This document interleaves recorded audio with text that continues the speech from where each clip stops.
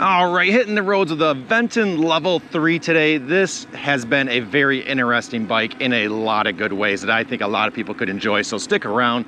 I think you're gonna learn a lot and really see if this is a bike for you. But as always, I do a lot of tests that I don't talk about in real time. You know, top speed tests, acceleration from a stop, how it can handle steep hills going into them or from a stop, braking, things like that. And I put them on screen. So pay attention to the screen so you can see the stats from that and the experience, while I talk about the actual features and functionalities and enjoyment of using this bike. But I like to start off any review with who is this bike for? Because so many e-bikes are so different and not one e-bike is gonna be the match for all people because you could be looking for very different things. And this bike is your person that wants to take the regular bike experience. The bike that you go out on, you pedal, you ride, you enjoy, but perfectly integrate the E side into that experience. Because I'm gonna tell you right now, a lot of bikes, they don't integrate that extremely well. How they do it, what they do, how the acceleration happens, the benefits of a cadence versus torque sensor, you know, we're gonna get into that, but this bike just handles it so much differently. But on top of that, it throws a lot of technology to the bike in the best ways possible and not in an overwhelming way. If you're thinking, oh gosh, technology, I don't want to deal with any of that. It does it really well, and we'll talk about that more. I'd say a majority of e-bikes you look at, and especially at a lower price range, have what's called a cadence sensor, which basically think of it as an on-off switch. It's detecting, are you pedaling, yes or no? If yes, I do this. If no, I don't do anything. And when I say yes, what that means is if you start pedaling and you're at PAS level 3 and that says, hey, at 3, take them up to 16 miles per hour, that's what it's gonna do. It's gonna take you to 60 miles per hour. And if you're looking for a bike that kind of works with you, that's where a torque sensor comes in. And I was thinking about making a whole video really breaking this down more in depth. So if that's something you'd like, let me know in the comments down below. But in short, a torque sensor isn't an on-off switch. It's a how hard are they working? I detect kind of the power level you're putting into it and I work with you. And then as you change those PAS levels, it will give you different levels of support. So like at Eco right now, it's gonna give me a minimal amount of support. I'm still gonna do the majority of the riding. It's gonna say, hey, I see you're pedaling. I'll give you a little bit of an assist, but you're still largely on your own. Now, as I dial that up, it's gonna do more of the work. And that translates to a much more pure or real bike ride because you're still out there riding. It's just giving you a level of support instead of saying, here's power up to 16 miles per hour. It's saying, hey, let's ride together. Let's go have fun together, but hey, you're still riding a bike. And if you're a person that wants to go out and just truly ride a bike, you still like, hey, treat this like a bike. It's just gonna help me a little bit. I wanna go farther. I don't wanna get winded as quick. You can do that and it's a much, much more enjoyable experience. So big difference between a, hey, I wanna hit that throttle and I just wanna go, I want a bike with power and I want it to do the work. It's more of an electronic ride versus, hey, I'm riding a bike that helps me. That's the main difference there and that's what you get with this. I'm using the throttle right now for this ride just so I'm not winded and out of breath as I try to talk. But up until I started doing this review, I've only pedaled. I have not used this throttle at all because it's way more enjoyable to pedal and truly ride. So I have very much been enjoying just riding a bike again and still feeling the e-bike assist that goes with it and be able to change the levels of support I get so I can decide how hard I'm gonna work, but I'm always working. I'm always burning calories. I'm getting excited. I'm still riding a bike. So hopefully that wasn't too long-winded, but it's a very enjoyable experience from that perspective. Now, most e-bikes, when I talk about PAS and the level of support they're gonna do, whether it's torque sensor or cadence sensor, it is what it is. What they give you is what you get. And Aventon did not stop at that. They said, hey, we'll set it up for you, but if you want to tweak it, go ahead. And that is where the app experience really comes in. If you want to change how much power or how much support you're going to get at the different levels, you go into their app and you can customize that, which is awesome. I haven't done it yet. So far the defaults out of the box have worked just fine for me. But as I get into this more and I realize, hey, I want this type of level, I want this type of support, I very well may go change that. So just knowing that's out there is fantastic. But since we're on the topic of app, and this isn't normally something I talk about because most bikes don't really have a strong app side of the bike, there are a lot of things you get out of it. One, it's constantly sending updates for the different modules that it controls. And the features and functionalities you get out of this continue to improve. What this bike does one day, you get an update and suddenly it has new features and functionalities. They had just integrated a mode where you can hold, I believe it's the left button here, and if you're walking up a hill, it won't let it roll back. You hold that as you're walking it, and if it starts to get hard, the bike's not fighting you and it's not potentially rolling back on you, it will say, hey, we're only going forward, which is just cool. That bike didn't do that before I got that update, and there's a lot of different things coming like that. The other major thing that I've really taken away from the app is the security. There are a lot of things built into this bike that are amazing. E-bikes are so easy to steal. Where this, with the app, you can actually go and say lock. And when it locks, you don't see anything happen. You hear it click and that rear tire will not spin. So if someone tries to take it, a couple things are gonna happen. One, it's not gonna move. They've got to kind of carry a big heavy bike, which is not easy, and it also looks a lot more like you're trying to steal something or do something you're not supposed to. But second, it will start beeping and alerting and saying, hey, something's going on here, you know, just that theft alarm type thing. And it will also trigger an alarm to your phone so you know to run out if you're nearby and stop that from happening. So there are a lot of security features built in.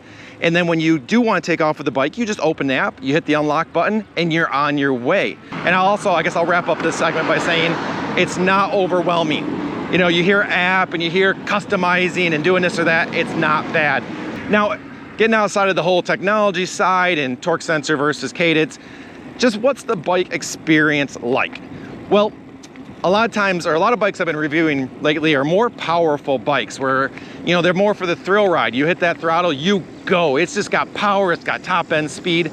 This bike is not that. And it's not what I would call a throttle bike. This is a let me ride with you, let me pedal and just ride a bike like I normally would if it wasn't an e-bike and it works with me. The throttle works. It's a thumb throttle. It's not my favorite. I'm a fan of half twist or full twist, but it works. It's also on the left hand, which is a little different than I'm used to, but I've been using it this whole ride as I'm filming, so that way, again, I'm not out of breath. And it's very manageable, very easy, and I can maintain a speed. When I use that throttle, it is not super powerful. It's not gonna just get up and go, which honestly, for most people looking at this bike, that is probably perfect. These are not people that are looking for a bike that's gonna almost make you feel like you're gonna fall off the back. It's got so much torque and so much power, so much top end speed. It's not that bike. It will get you up to that top speed of 20 miles per hour throttle only, and it will do it well. It will slowly climb there, but it's very consistent. It's not like, hey, I can tell you're struggling now. It's got the power to do it. It just ramps up slowly, which again, is probably perfect for most people that are gonna use this because ideally, you're not using the throttle that much. You are pedaling, but if you need to, it's there and it will help you. Now, comfort and rideability. This has the typical shocks in the front that help take some of that bounce out of the front if you want to work with that or change the settings, and it's working just fine. Very typical e-bike thing. The difference with this bike is it also has a, I don't know what the term is, a shock or like a compression feature built into the seat. Kind of reminds me of like a tractor seat or a bus driver seat where it can bounce up and down just a little bit. And at first I thought the post on the seat was sliding down. I'm like, oh, this stinks. It's sliding down. I'm losing it. And then I realized it's actually just got like maybe an inch of movement that it can do.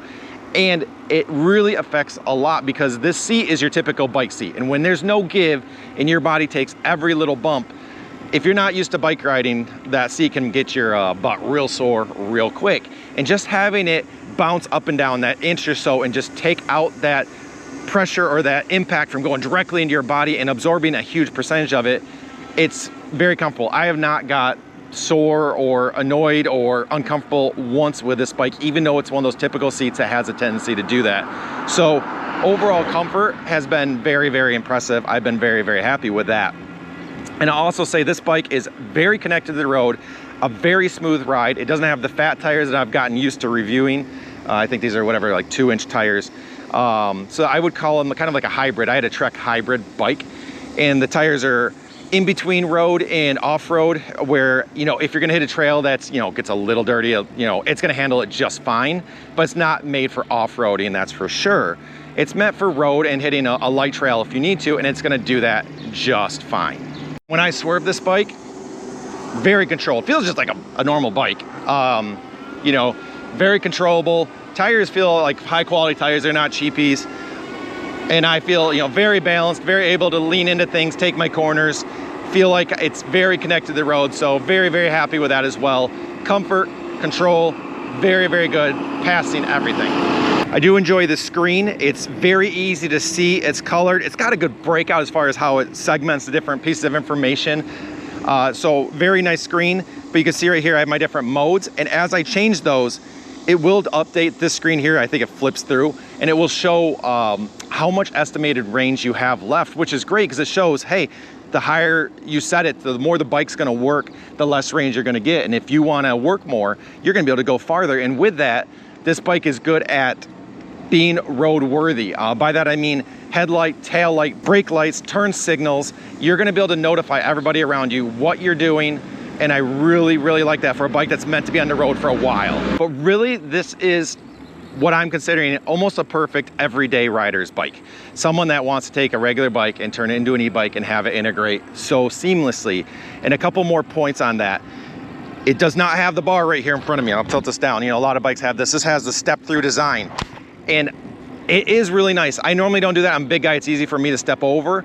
But the fact that you can easily get on your bike, or if you make a stop and you're like, oh my gosh, something just happened, I gotta stop quick.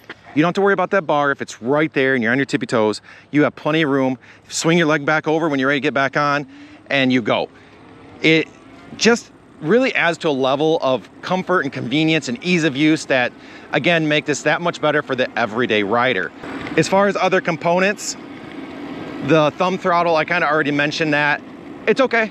I like the twist throttles better, but honestly, kind of just pinning your thumb at a spot and controlling that speed, it really works fine. It's a personal preference thing. I don't have too many knocks on this bike, but if there's one, I guess maybe that might be one. Turn signals are just left and right here, power buttons in the middle, PAS up and down, and then you can also get in some control settings, I believe, through that as well. So that works extremely well. And I'm gonna ramp up the speed here in just a second, but braking, again, this is an overly fast bike. It can get up to 28, so it can cook if you want to turn it on. But the brakes, in my opinion, have been fantastic. You know, you want a bike, when we're talking about safety and comfort and knowing that you're gonna hit the road a lot, you wanna be able to stop. And so let me just be on worst case scenario here. I'm at full throttle, which is 20 miles per hour, and I'm going downhill a little bit. Let me jam those brakes and just show you how quick I can stop. Go.